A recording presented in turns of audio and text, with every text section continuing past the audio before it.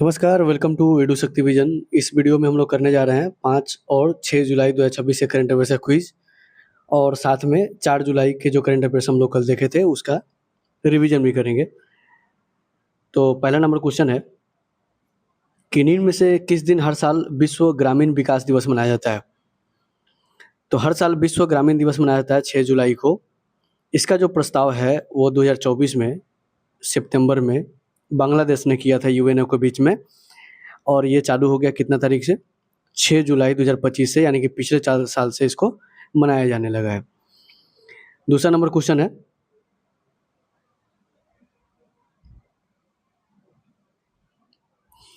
दूसरा number question कर रहा है कि निम्न में से किस स्थान पर भारत जापान का 16वां वैश्विक शिखर सम्मेलन आयोजित किया गया?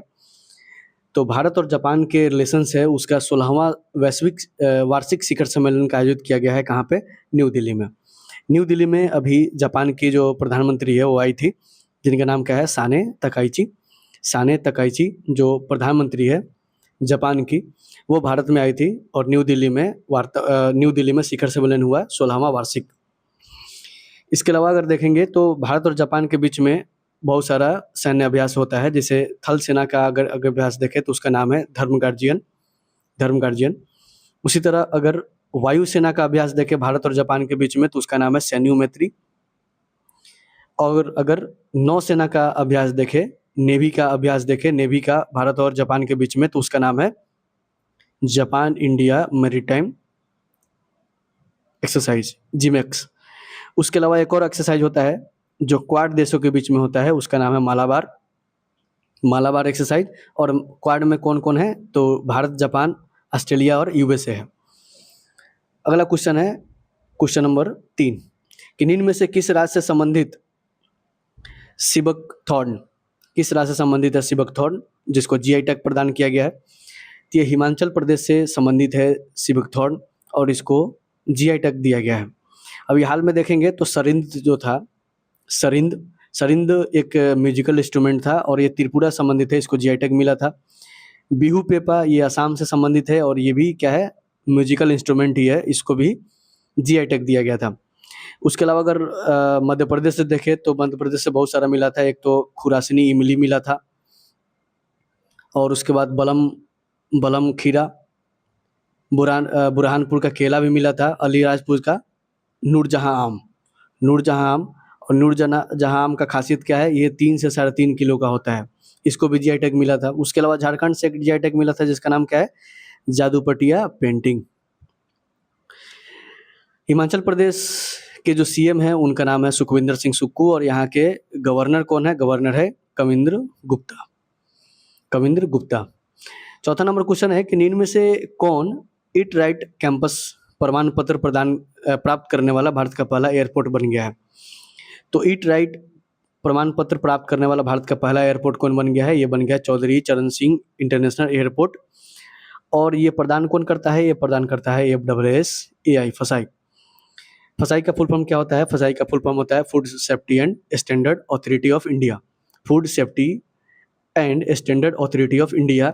और इसका गठन हुआ था 2006 के एक्ट से। और ये किसके अंदर में आता है? ये आता है ministry of health and family welfare, जिसका मिनिस्टर कौन है? अभी JP नड्डा है। इसके अलावा एक एयरपोर्ट है केम्पागोरा इंटरनेशनल एयरपोर्ट। ये कहाँ पे है? बेंगलोर में है। और इससे रिलेटेड करंट अफेयर्स क्या था कि ये दुनिया का तीसरा फैमिली फ्रेंडली एयरपोर्ट बन गया है। दुनिया का तीसरा सबसे फैमिली फ्रेंडली एयरपोर्ट बन गया है। और इसके अलावा एक और करंट अफेयर्स था इससे कि सेकेंड मोस्ट बिजिएस्ट एयरपोर्ट बन गया है भारत में। सेकेंड मोस्ट बिजिएस्ट एयरपोर्ट बन गया भारत में और छत्रपति शिवाजी महाराज पहले दूसरा नंबर पर हुआ करता था, अब तीसरा पे हो गया है। उसके अलावा 5वां नंबर क्वेश्चन पे आते हैं। तो 5वां नंबर क्वेश्चन कर रहा है कि अलेक्जेंडर मोंटेनू किस देश के प्रधानमंत्री थे जिन्होंने हाल ही में प्रधानमंत्री पद से इस्तीफा दे दिया है? तो अलेक्जेंडर मोंटेनू जो है ये माल्डोवा के प्रधानमंत्री थे। माल्डोवा कहाँ पे है? यूरोप में है, एक लैंडलॉक कंट्री है। और माल्डोवा के जो अभी प्रधानमंत्री थे अलेक्जेंडर मोंटेनू, ये अभी अपने पद से इस्तीफा दे दिए हैं। इसी तरह हम लोग देखे थे, एक याद होगा, कीर स्टारमर ये इंग्लैंड के प्रधानमंत्री थे, यानी कि यूके के प्रधानमंत्री थे। और ये भी इस्तीफा दिए थे अपने पद से। और ये किस पार्टी के बिलोंग करते हैं? ये लेबर पार्टी से बिलोंग करते हैं। छठा नंबर क्वेश्चन कर रहा है कि पहला एनबीटी भूषण सम्मान निम्न में से किसे प्रदान किया गया? तो पहला एनबीटी भूषण जो सम्मान है ये प्रदान किया गया है प्रसून जोशी जी को। और ये क्या है? राइटर है प्रसून जोशी। इनको मिला है एनबीटी भूषण सम्मान। एनबीटी भूषण सम्मान प्रदान इनको कौन किया है? तो ये किया होम मिनिस्टर अभी कौन है? ये है राजनाथ सिंह अभी भारत के होम मिनिस्टर है। और इन्होंने प्रसून जोशी को एनबीटी भूषण सम्मान से सम्मानित किया है। इसके अलावा देखेंगे तो अभी सेशेल्स ने प्रधानमंत्री मोदी जी को एक अवार्ड दिया था जिसका नाम क्या है? Guardian of blue horizon award. उसके अलावा स्लोवाकिया भी प्रधानमंत्री मोदी जी को एक अवार्ड दिया था जिसका नाम है order of white double cross. अभी हम लोग कल परसों देखे थे कि USISPF लीडरशिप अवार्ड मिला था किसको? सुनील भारती मित्तल जी को, जो एयरटेल कंपनी का मालिक है। सुदर्शन पटनायक का आप लोग नाम सुनेंगे। सुदर्शन पटनायक क्या है? ये 2027 के जनगणना के ब्रांड एम्बेसडर है। और ये रसिया ग्रैंड सैंड मास्टर कप 2026 का अवार्ड जीते हैं। चलिए 7वां नंबर क्वेश्चन पे आते हैं कि 4 जुलाई 2026 को निम्न में से किस देश का 250वां स्वतंत्रता दिवस मनाया गया है? तो 4 जुलाई 1976 को अमेरिका का आज़ादी मिला था किसे? ब्रिटेन से।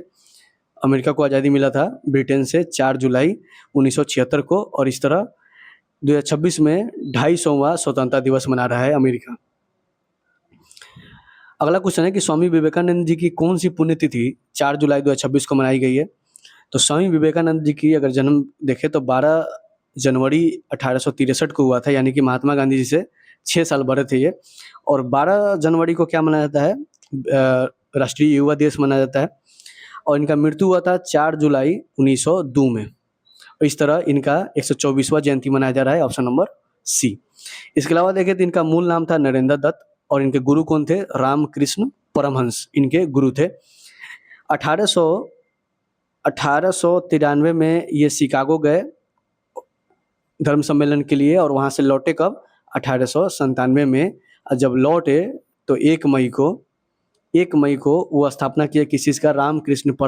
रामकृष्ण मिशन का और रामकृष्ण मठ का स्थापना किया वो। उसके अलावा अगर इनका बुक्स देखें तो इनका बहुत सारा बुक है। एक है राजयोग, कर्मयोग, ज्ञान योग और भक्ति योग। अगले क्वेश्चन पे आते हैं, क्वेश्चन नंबर 9 कि निम्न में से किस राज्य सरकार ने महिलाओं की सुरक्षा को मजबूत करने के लिए दुर्गा स्क्वाड की शुरुआत की है? तो दुर्गा स्क्वाड की शुरुआत किस राज्य ने किया है? किस चीज़ के लिए? तो महिलाओं की सुरक्षा को मजबूत करने के लिए। तो ये किया है West Bengal, option number B. West Bengal में अभी बीजेपी का गवर्नमेंट बना है इतिहास में पहली बार, जिसके मुख्यमंत्री कौन बने? शुभेंदु अधिकारी बने हैं। और इसी तरह से एक महिला सुरक्षा के लिए एक फोर्स तैयार किया गया था तमिलनाडु गवर्नमेंट द्वारा, जिसका नाम क्या था? सिंगपेन स्पेशल फोर्स। इसके अलावा अगर महिला और बाल विकास मंत्री देखें, महिला और बाल विकास मंत्री तो ये अन्नपूर्णा देवी हैं। और ये जो मंत्रालय है अभी 3 चीज़ की शुरुआत किया, वो था सी बॉक्स 2.0 और मिशन शक्ति और एक और था Nirbhaya fund.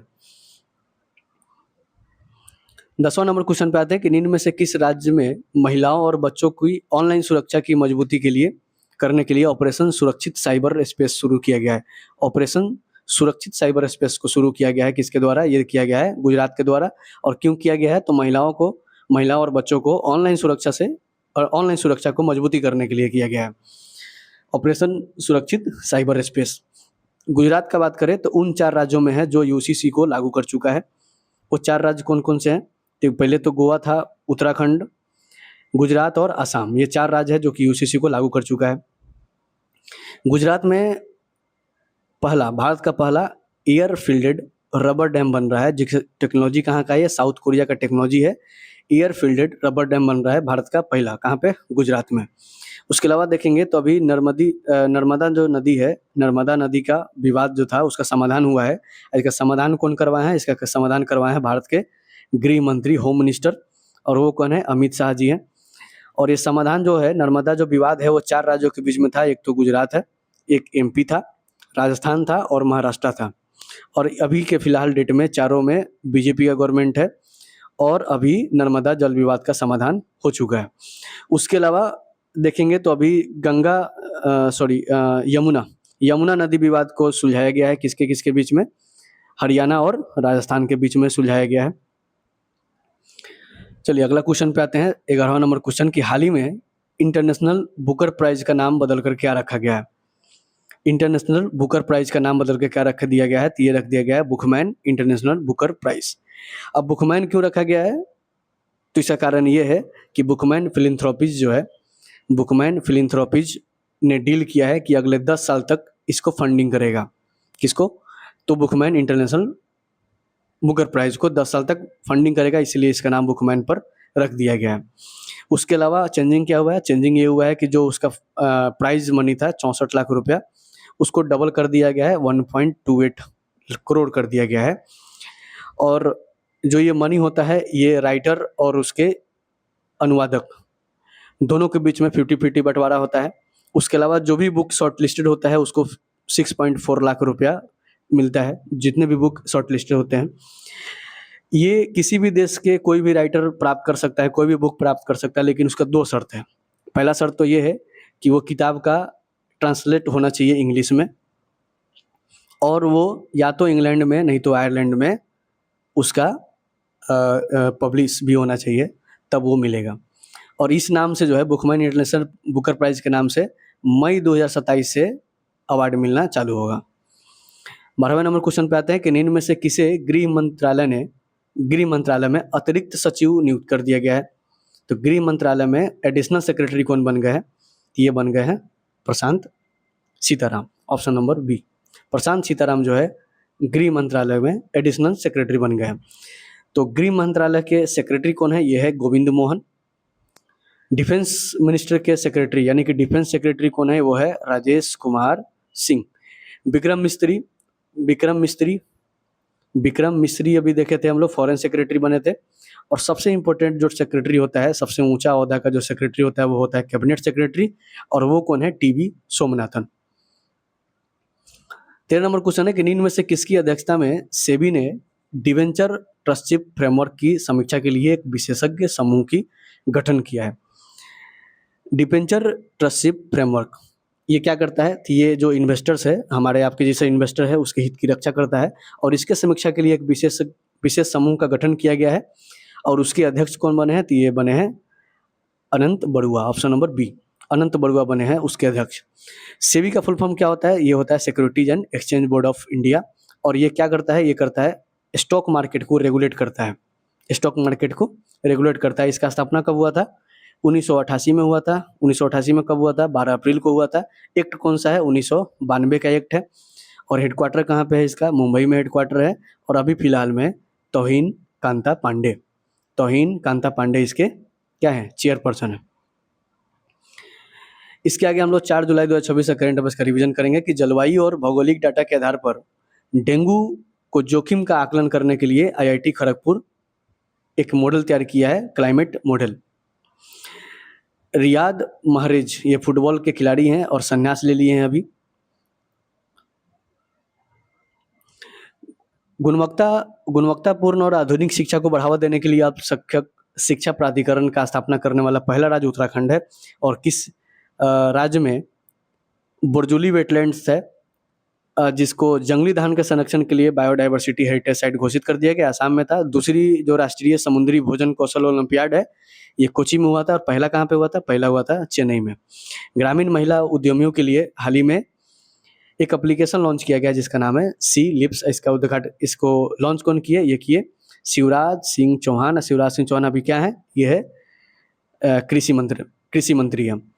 Hindustan copper limited के अध्यक्ष बन गए हैं अनुपम मिश्रा जी। और दक्षिणी वायु कमान मतलब वायुसेना के दक्षिणी कमान किसको मिला है? जसबीर सिंह मान को मिला है। फीफा वर्ल्ड कप में नॉकआउट में गोल करने वाला सबसे उम्रदराज खिलाड़ी बन गया है क्रिस्टियानो रोनाल्डो। भारतीय सेना के दक्षिणी कमान का प्रमुख नियुक्त किया गया है राजेश पुष्कर जी को। और ज़मीन के सर्वे और सीमांकन के लिए टेक्नोलॉजी आधारित digi rover special land survey campaign ये उत्तर प्रदेश ने चालू किया है। और स्विट्जरलैंड में आयोजित वर्ल्ड रोइंग कप में भारत के 2 जाबाज, एक लक्ष्य है, एक उज्जवल कुमार सिंह है जो स्वर्ण पदक जीते हैं, और ओवरऑल कैटेगरी में ओवरऑल में यूएसए चैंपियन रहा है। इसके अलावा इसी से रिलेटेड है ये रोइंग कप है ना, वर्ल्ड रोइंग कप, ये वर्ल्ड रोइंग चैंपियनशिप कहाँ पे होने वाला है? एम्स्टर्डम में होने वाला है अगस्त में। फिर अगस्त के समय पढ़ेंगे कि उसका क्या रिजल्ट हुआ है। अंतर्राष्ट्रीय सहकारिता दिवस 2026 मनाया जाता है हर साल जुलाई के फर्स्ट सैटरडे को, और इस पर कब पड़ा था? 4 जुलाई को पड़ा था। इसी के साथ आज का सेशन समाप्त होता है। इस वीडियो में हम लोग क्या देखे? 5 और 6 तारीख के करंट अफेयर्स को देखे और 4 तारीख करंट अफेयर्स का रिवीजन में किए। Thank you for watching.